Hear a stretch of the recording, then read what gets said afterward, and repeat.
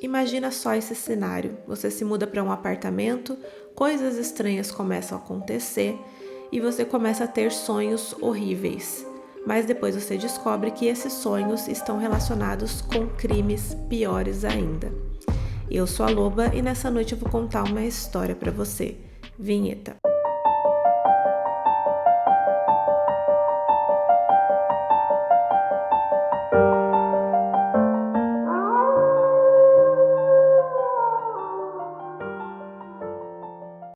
Olá, sejam todos muito bem-vindos. O vídeo de hoje é um episódio da série Mistérios Sem Solução da Netflix e o episódio é O Fantasma do Apartamento 14.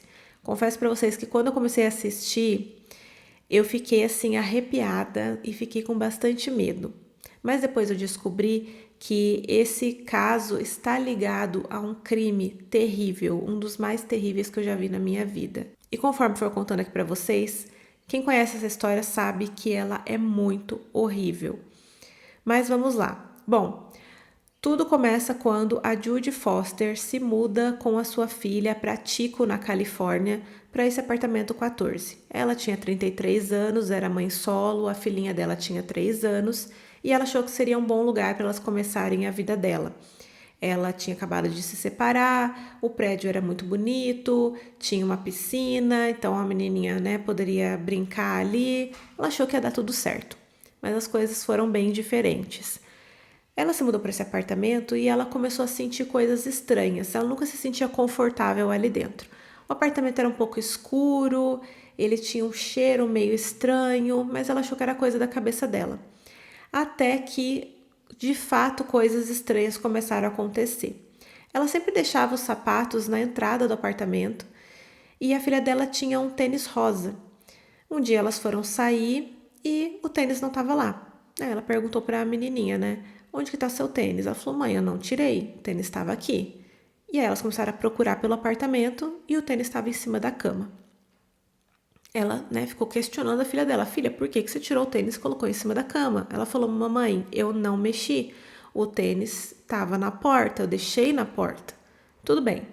Passou um dia, passou 2 dias, 3 dias e o tênis toda hora desaparecia da entrada do apartamento e aparecia em cima da cama.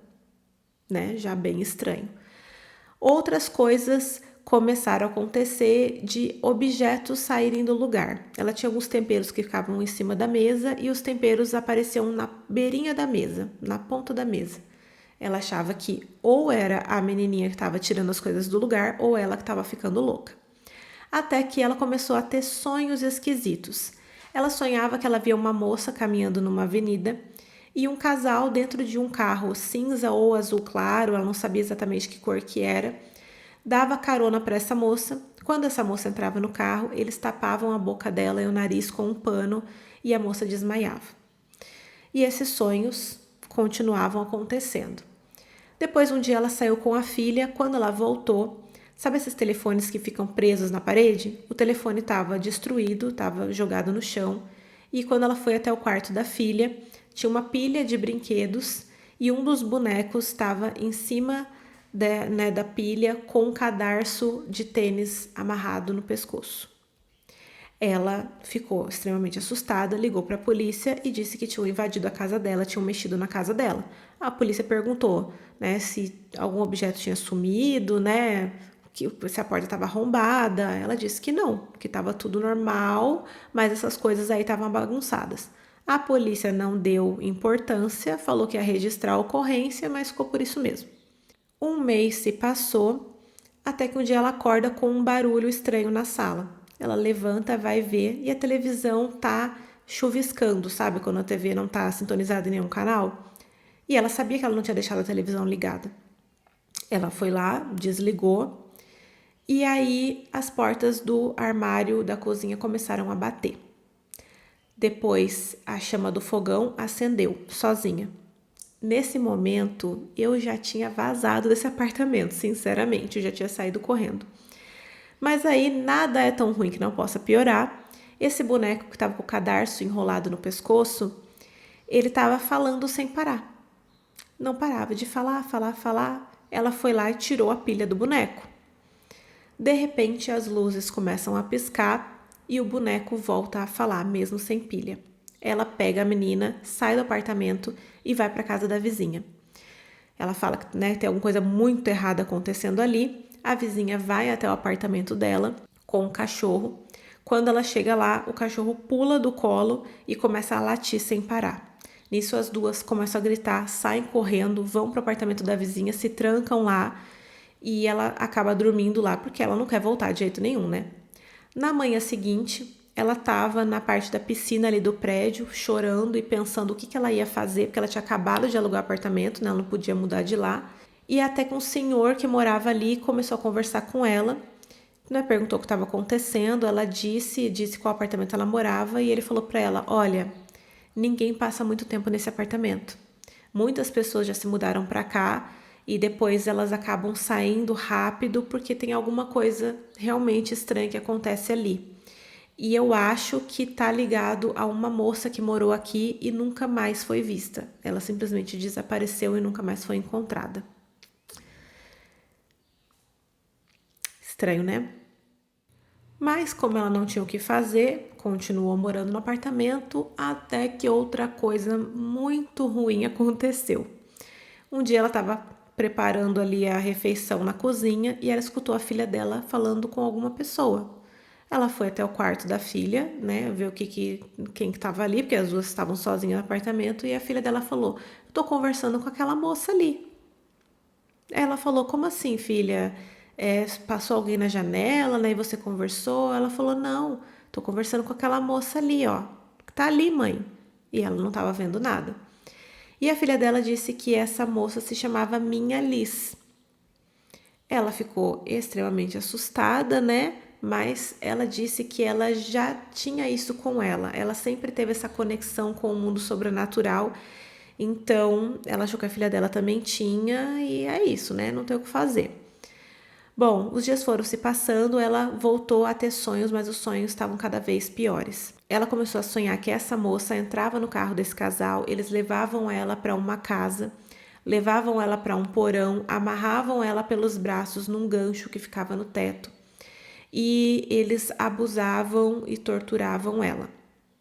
Ela não suportou mais aquilo, não suportou, né, tudo aquilo que estava acontecendo e 3 meses depois ela se mudou do apartamento. Aí um tempo se passou, ela estava namorando um rapaz e ele estava lendo um livro que se chamava A Vítima Perfeita. Ele ficou intrigado com aquela história que era baseada numa história real e ele foi pesquisar o caso. Ele descobriu que o caso era sobre a Marie Elizabeth Spaniak e o apelido da Marie era Marlies. Em inglês, minha Liz, como a filha dela dizia, é My Liz. Então a filha dela não tinha entendido o nome daquela pessoa que ela estava vendo. O nome dela era Marlies. E aí ele pesquisando, ele ficou chocado, foi para ela correndo e falou: "Você não sabe o que eu descobri.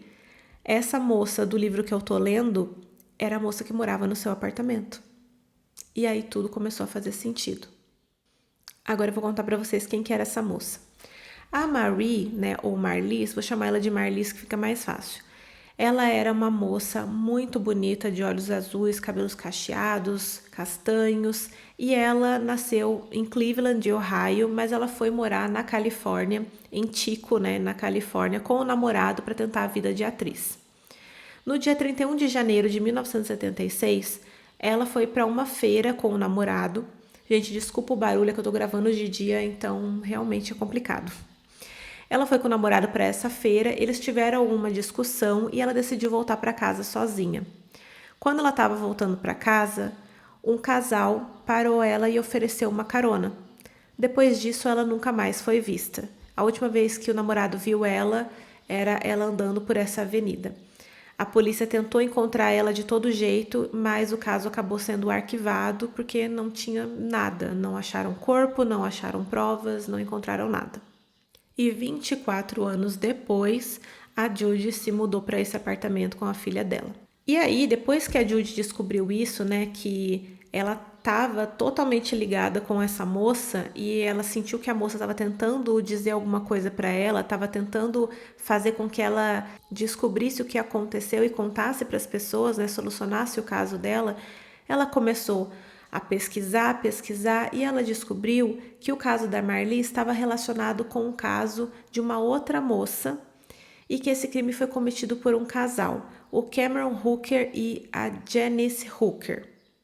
No dia 7 de novembro de 1984, um chefe de polícia foi chamado para uma igreja para tomar o depoimento de uma mulher. Quando ele chegou lá, essa mulher estava conversando com o pastor e começou a contar para ele o que o esposo dela fazia. Ela disse que ele sequestrou uma moça em 1976, que foi o ano que a Marlise desapareceu.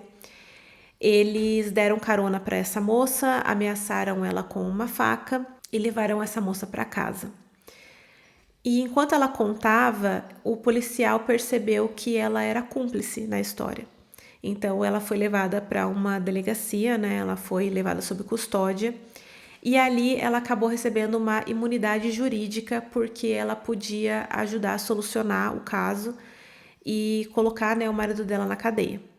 Então ela confirmou que o marido dela sequestrou a Marlise, né, que ela estava junto, ela sabia de tudo. Eles queriam uma moça que não tivesse parentes por perto e quando eles deram carona para ela e começaram a fazer as perguntas para ela foi contando que ela não era dali, né, que ela era de Ohio, que ela estava tentando, né, levar a vida de atriz, né, conseguir algum papel e tudo mais. Então eles viram que ela era a vítima perfeita.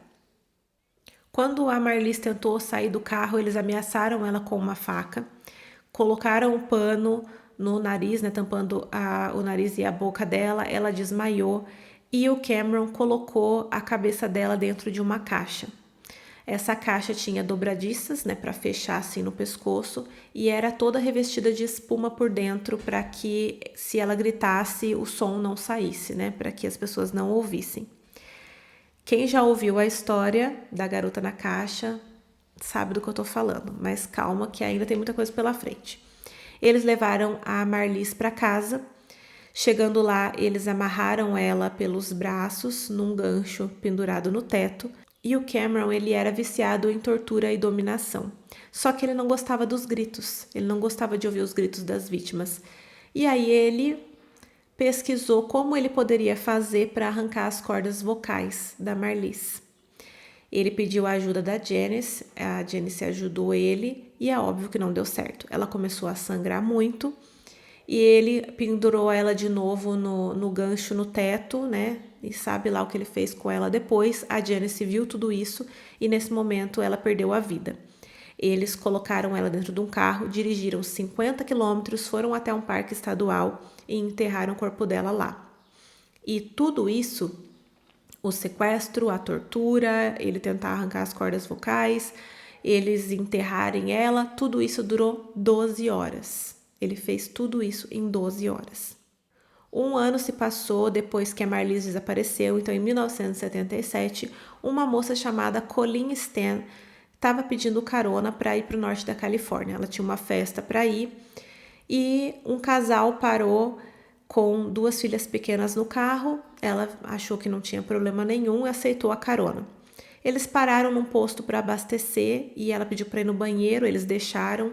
E quando ela foi, alguma coisa gritou assim dentro dela para que ela fugisse e não olhasse para trás. Mas ela acabou ignorando a intuição dela e voltou para o carro. Quando ela voltou para o carro, eles fizeram a mesma coisa que fizeram com a Marlise, ameaçaram ela com uma faca, tamparam o nariz dela, ela desmaiou. O Cameron colocou ela dentro da caixa e eles levaram ela para casa. Ela foi amarrada no teto com a caixa na cabeça, né, amarrada pelos pulsos. Ela foi queimada, eletrocutada, espancada, estuprada, tudo isso, e chicoteada diversas vezes. Ela passou os primeiros 5 meses presa nesse porão, nua, com a caixa na cabeça, e passando por todo tipo de tortura pelo Cameron. A Janice e o Cameron tinham relações na frente dela, enquanto ela sangrava. Depois dele ter queimado ela, ele também colocava ela numa banheira e afogava ela diversas vezes. E depois disso as coisas só foram piorando.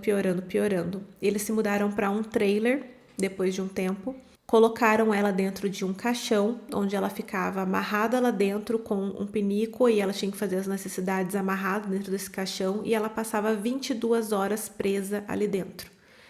O Cameron, depois de um tempo, ele deixava ela sair para que ela faxinasse a casa, para ela ser ali uma empregada deles, depois colocava no caixão novamente. Ele só tirava ela para torturar e abusar dela. 1 ano se passou ela vivendo desse jeito e o Cameron ofereceu para Colleen para ela assinar um contrato de que ela poderia passar mais horas fora do caixão desde que ela fosse uma escrava sexual dele. E ela aceitou, né? Porque ela não tinha muita opção. Ele também dizia para ela que ele fazia parte de uma seita que se chamava A Companhia e que se ela tentasse fugir, eles iam pegar ela imediatamente, então era para ela nem tentar. O controle psicológico que o Cameron tinha sobre a Colleen era tão grande que depois de alguns anos ele deixou ela visitar a família dela, ele foi junto, né, como se fosse um namorado.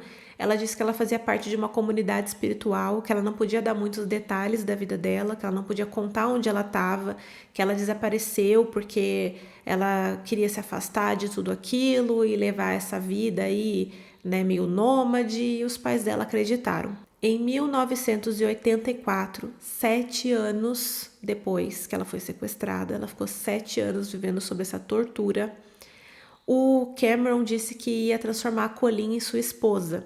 A Janice não gostou nada disso e contou para a Colleen que era mentira essa história da seita, que ela podia fugir a qualquer momento. A Janice também não aguentava mais, né, porque ele também fazia algumas coisas com ela, não tanto quanto a Colleen, mas ele também fazia.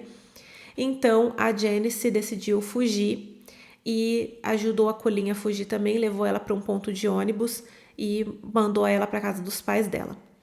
Só que ela disse para a Colleen não contar nada para a polícia, porque ela tinha esperanças de que o Cameron ia mudar.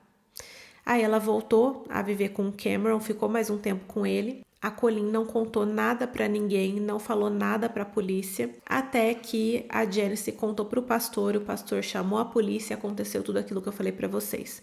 E aí o Cameron foi preso, a Colleen não disse nada por 3 meses, ela demorou 3 meses para contar realmente tudo o que aconteceu, de tanto medo que ela tinha de voltar para aquela vida. E depois a Colleen confirmou para a polícia tudo que a Janice disse, tudo que tinha acontecido com ela, e também disse que ela via uma foto da Marlies que o Cameron tinha, ele mostrava uma foto para ela e dizia que se ela gritasse, ele ia tirar as cordas vocais dela, porque ele já tinha feito isso uma vez. A Colleen disse que quanto mais ela gritava, mais ela resistia, mais o Cameron gostava, mais excitado ele ficava. Então ela aprendeu a não gritar, a não se mexer, a não resistir, porque daí desse jeito as coisas acabavam muito mais rápido.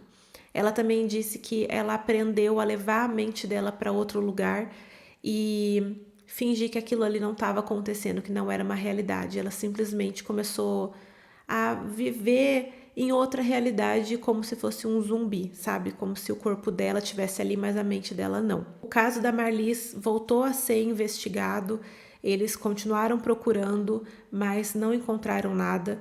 E depois de 6 semanas de julgamento, o juiz disse que o Cameron representava um perigo para todas as mulheres e que ele daria a pena mais alta que ele pudesse. Então, Cameron foi condenado por 104 anos de penas somadas, ele não foi condenado à prisão perpétua e a pena dele é meio que indeterminada. Então, com o passar dos anos, as coisas vão sendo revistas e tem novas audiências para saber se ele pode pegar uma liberdade condicional. Eu fiquei meio indignada com isso, ele não pegar prisão perpétua e ainda ter possibilidade dele ter essa liberdade. Ele foi condenado por estupro, sequestro, tortura, sodomia e vários outros crimes sexuais relacionados. A Janice não pegou nenhuma pena, né, porque consideraram que ela também foi torturada. Ela casou com Cameron quando ela tinha 15 anos. E por mais que ela tenha participado de algumas coisas ali, eles entenderam que ela era obrigada a fazer tudo isso, e também por ela ter ajudado no caso e ajudado a prender o Cameron, ela teve essa imunidade jurídica. E o caso da Marlies, eles realmente não conseguiram fazer nada, o que deixou a família dela muito indignada, né? Porque se não tinha corpo, não tinha provas, e eles não podiam indiciar ele pelo assassinato sem ter as provas, né? Sem ter um corpo, e depois indiciar ele de novo. Então, ele só acabou pagando mesmo pelo sequestro e por tudo que ele fez com a Colleen. Bom, então a Judy descobriu tudo isso, toda essa relação dos sonhos que ela tinha com esses 2 casos. Um ano se passou, né, desde que ela mudou daquele apartamento e ela voltou a ter sonhos estranhos. Ela começou a sonhar com os números 35,76 e A,17. Então, ela ligou para um detetive e disse que ela tinha informações, né, que ela poderia ter informações sobre aonde o corpo da Marlise estava. Geralmente, os policiais não costumam dar muita atenção para esse tipo de informação, né, de pessoas que sonham com casos, mas o caso da Marlise tinha acabado de ser reaberto. Então, ele pensou que pudesse ser uma coincidência, porque essa mulher não sabia, né, que o caso estava sendo reaberto, e decidiu conversar com ela. Eles foram para um café conversar, ela contou de tudo que ela sabia, né, de tudo que ela sonhava, e o policial decidiu ir até a Janice perguntar para ela novamente sobre a localização do corpo. A Janice deu algumas informações que batiam com o que a Judy falou, né, de onde o corpo poderia estar. Eles voltaram a procurar em vários lugares, mas infelizmente eles não encontraram. Muitas informações batiam, mas eles não conseguiram encontrar o corpo dela. Então, realmente, o caso dela acabou ficando sem explicação até hoje. Mas depois disso, a Judy parou de ter esses sonhos estranhos, então ela pelo menos descobriu, né, a história toda. E a Colleen, mesmo depois de todo o estresse psicológico, mesmo depois de todos os traumas, ela conseguiu terminar a faculdade, ela se casou, teve uma filha e hoje ela ajuda mulheres que passam por abusos sexuais. Agora eu vou dar algumas informações para vocês sobre o Cameron. Ele confessou que ele sequestrou a Colleen, nunca falou nada sobre a Marlise, mesmo tendo o depoimento da Janice e da Colleen, que elas conheciam ela, né? A Janice viu tudo que ele fez. Ele sempre negou, então a polícia não pôde fazer nada sobre isso.